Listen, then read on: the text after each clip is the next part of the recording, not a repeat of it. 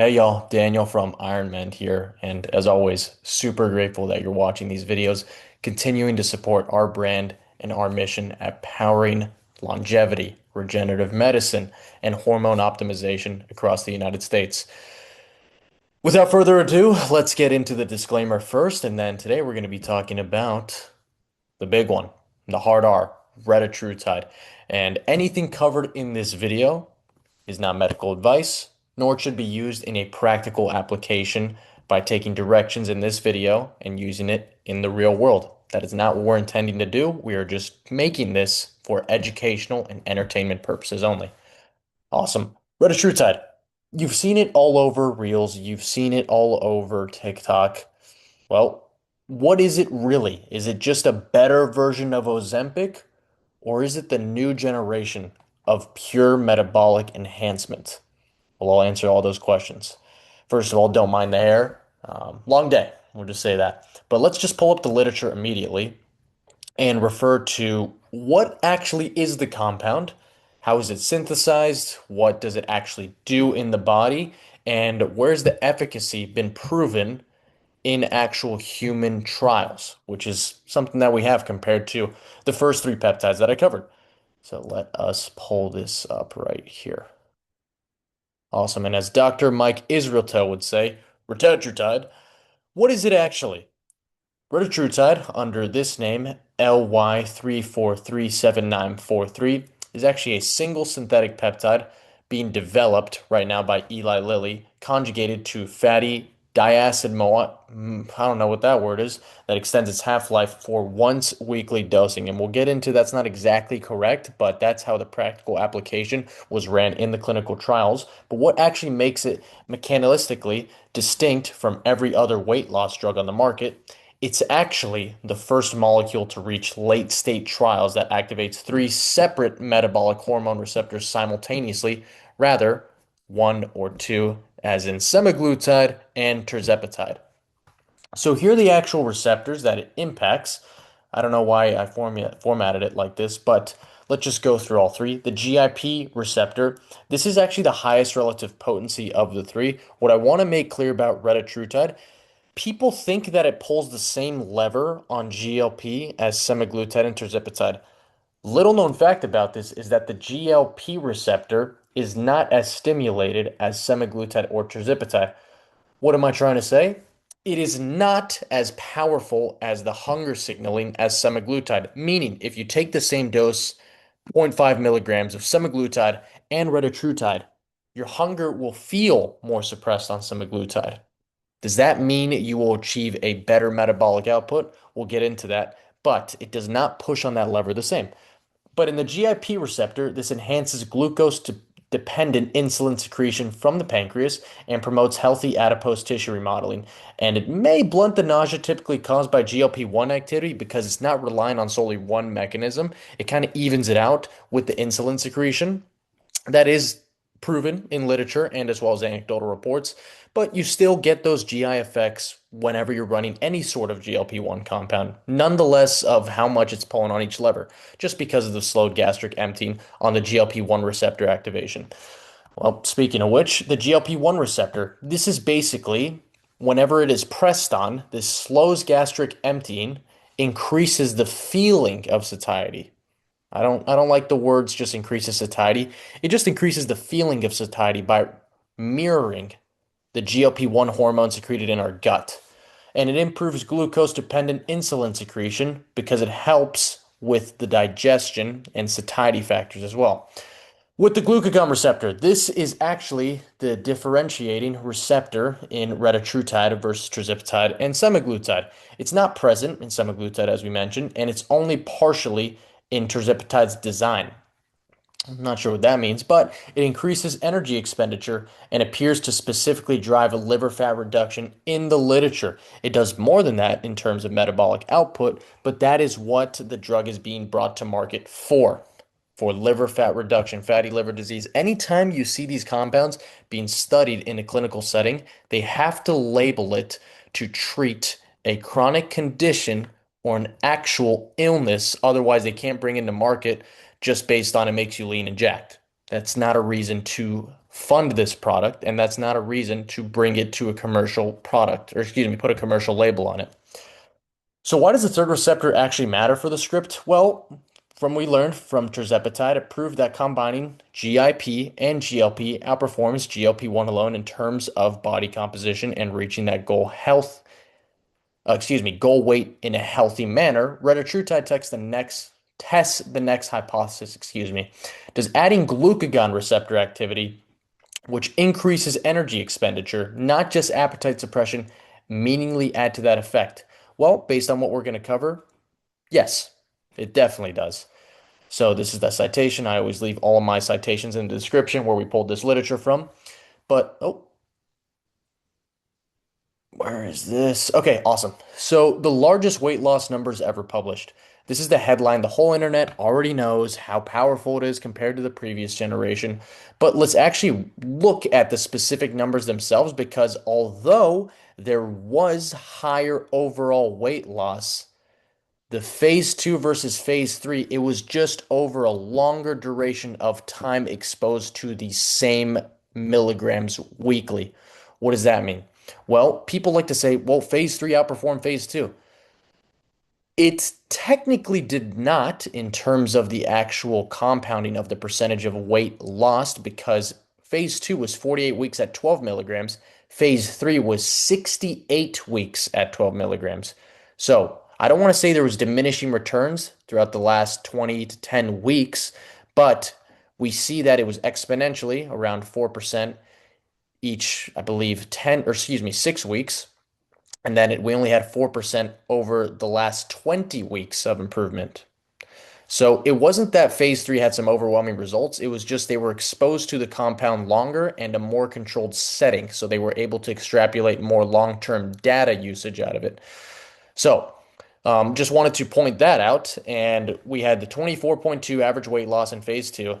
And also in phase two, we had a proven 82% liver fat reduction. Imagine that. Imagine your liver has 80% of fat cut out from it. Like that just by extension improves so many metabolic markers. And your lipid panels, I can imagine those would be immensely different. They didn't cover that in the trials, but I'm assuming I wish they did. I'm assuming they were superbly different. So basically, in the phase two trial, we also noted something distinct in the data. They were still losing weight even when the treatment stopped at 48 weeks. The weight loss hadn't plateaued. So that detail really matters because it suggested that the reported numbers may understate the drug ceiling effect rather than overstate it. So I don't know what the titration period was specifically. They did start at zero point 0.5 milligrams. I forgot what the titration schedule was, but the effects were still lingering after stopping the drug, which is what you don't see in semaglutide and what you kind of see in tirzepatide due to the GIP activation. But with retatrutide, it not only had double the liver fat reduction, it also had the compounding effects, or excuse me, effects lingering after stopping the compound. So the first completed phase three readout, that was the big trial that went viral in December 2025. Triumph 4 was the label, or excuse me, the name of the trial. Obesity and knee osteoarthritis population showed 28.7 mean weight loss at 68 weeks, as we mentioned, on an average of 71 pounds. So Triumph 1 was in May 2026, or it's going to be planned for May 2026, excuse me. Or no, May 2026 already happened. Am I crazy? Yes. And Triumph 3, July 2026 has confirmed similar efficacy. Oh, sorry. Okay. Yeah, those are the studies that were already published. Triumph 3 was just or Triumph 4 was just the big one that we basically formulated the comparison for phase two. So those two weren't as longer duration, but it was just longer extensions of of Triumph 4, is what I'm assuming. Yeah, so triglycerides, blood pressure, inflammatory markers. I want to also note that the knee osteoarthritis improvement was not just to the weight reduction, but the actual inflammation in the joints disappeared. Well, I don't want to say disappeared, but it got meaningfully reduced. So it's not just like, oh, they just lost weight. Why would they not have less arthritis? Oh, it's because retatrutide actually went in there and either by lowering CRP or some other inflammatory marker, um, lowered meaningfully the pain in the joints with the arthritis. So in a separate phase two trial with patients with T2D, retatrutide produced 17% weight loss at 36 weeks and a 2.2, oh my goodness, reduction in HbA1c with 82% of the participants reaching excuse me, diabetic by all means, but it's still a genuinely strong glycemic control, on top of that weight loss effect. So where does it actually stand today? You can't get this anywhere.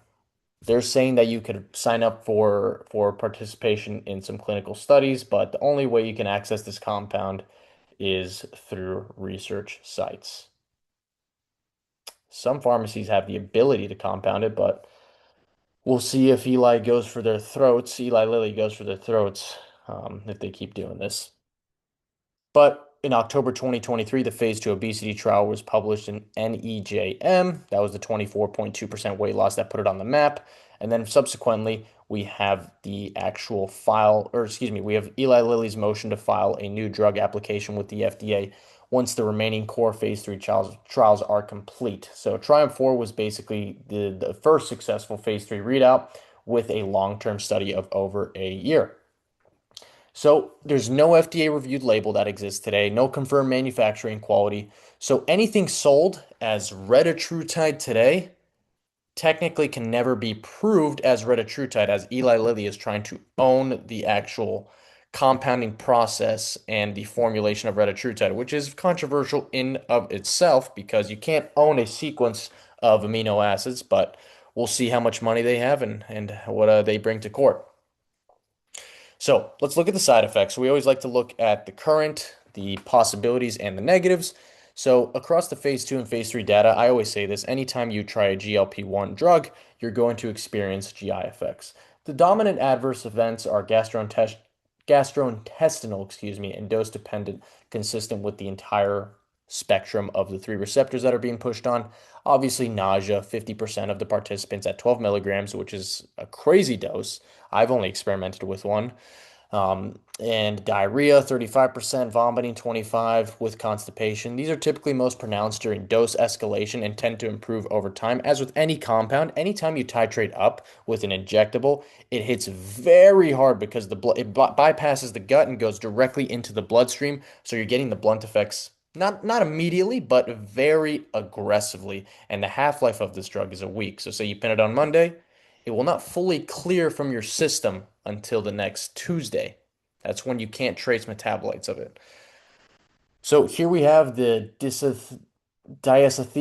This is basically the symptom that was reported on the 12 milligram dose or 9 to 12 milligram dose, that whenever you put your shirt on, you get this tingling sensation like something's rubbing on your back. Very uncomfortable. Some people reported it as burning.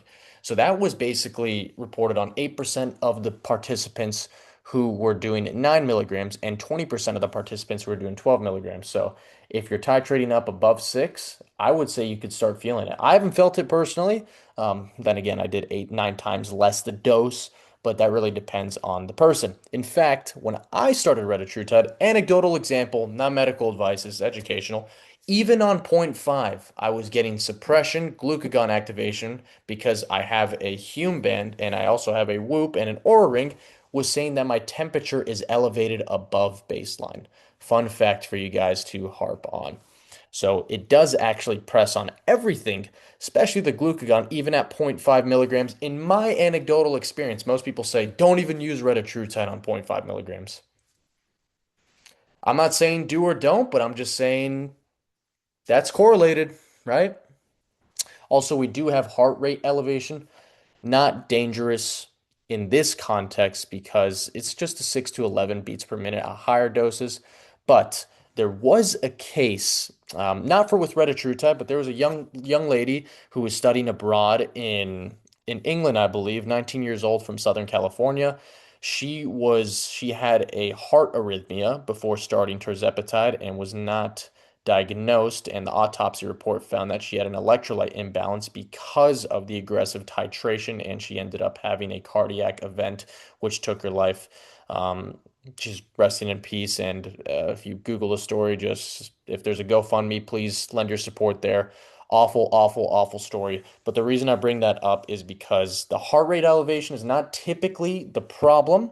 It is the extension of water of less food intake that you need to supplement with because people sometimes just forget to eat and drink on the drug. It's not meant to kill your hunger. It's meant to control your cravings. So you still eat healthy. But rest in peace to that young lady. I'm sure her family is in a difficult spot, and I hope the family's doing okay. But with the thyroid cancer question, like every drug in the GLP-1 receptor agonist class, retatrutide is to carry a boxed warning for medullary thyroid carcinoma, MTC. This is basically in the rodent studies. I also want to clear this out. Rodents have thousands more GLP receptors in their thyroid than humans do. So obviously they're going to have more cases of thyroid cancer. So this is basically a rodent-derived signal, not a retatrutide human example. So if you start retatrutide and your throat swells up, that's not a concern, nor do I want to quote that, but I'm just saying it's like comparing apples to oranges. Like we do rodent studies for a reason. We also do human trials for a reason. We're different organisms, right? But there are similarities. And in the phase 2 trial, the only reported major depression or suicidal ideation event occurred in the placebo group. Isn't that unbelievable? Not the retatrutide group. I'm not sure why. I'm not sure what the sample size was because whenever you do these clinical studies, you volunteer to do it. So um, that's all anecdotal and subjective, or not anecdotal in the sense that it's not proven, but it is just why in the placebo population? Like I challenge you to answer me that, right? Why in the placebo population are they getting depression? But the efficacy data is genuinely the strongest published for this sort of weight class. Excuse me, drug class. The safety picture is broadly consistent with all the other drugs out there. So people who say like retatrutide is much more dangerous than tirzepatide and semaglutide, I would ask you, pushing on one more receptor is going to drastically change everything about the drug? I would argue that it's doing the opposite. And we'll see once more Triumph Outcome and Triumph 5 trials reports come out, but I disagree on the notion that just because it's pressing on one more receptor makes it 3 times more dangerous. I don't agree with that. If you've seen people on semaglutide, I would actually say that retatrutide is a safer drug. As always, here are my references, and then always just look up the trial data yourself. Make sure to verify and read the literature for yourself. I'm just explaining what I find to be useful in the trials. I kind of extrapolate the data and compile it in these graphs in a digestible format for beginners and for people who just want to learn what is all this stuff that's being talked about on TikTok. So let me stop sharing here. Hope I'm still recording. All right. Well, as always, thank you so much for watching the video. I am so grateful for everyone that just, even if you're swiping through, I don't care. I just want to get my face out there, our brand out there. And not only that, my most important goal is to get our mission out there. So I don't care if you buy through us, ironmandllc.com, the best peptide platform in the United States, not biased. It doesn't matter. Go through your PCP, go through a person who's an expert here. But at the end of the day, as long as you're tracking biomarkers and reading literature and doing intentional experimenting, not medical advice, I believe you will change your life. And I believe it's changed mine after my traumatic accident. I bring it up almost every video, but that's why I'm here. And that's why I'm back on the mats. I'm back training. I'm back boxing. I'm so grateful. So grateful. And until next time, take care.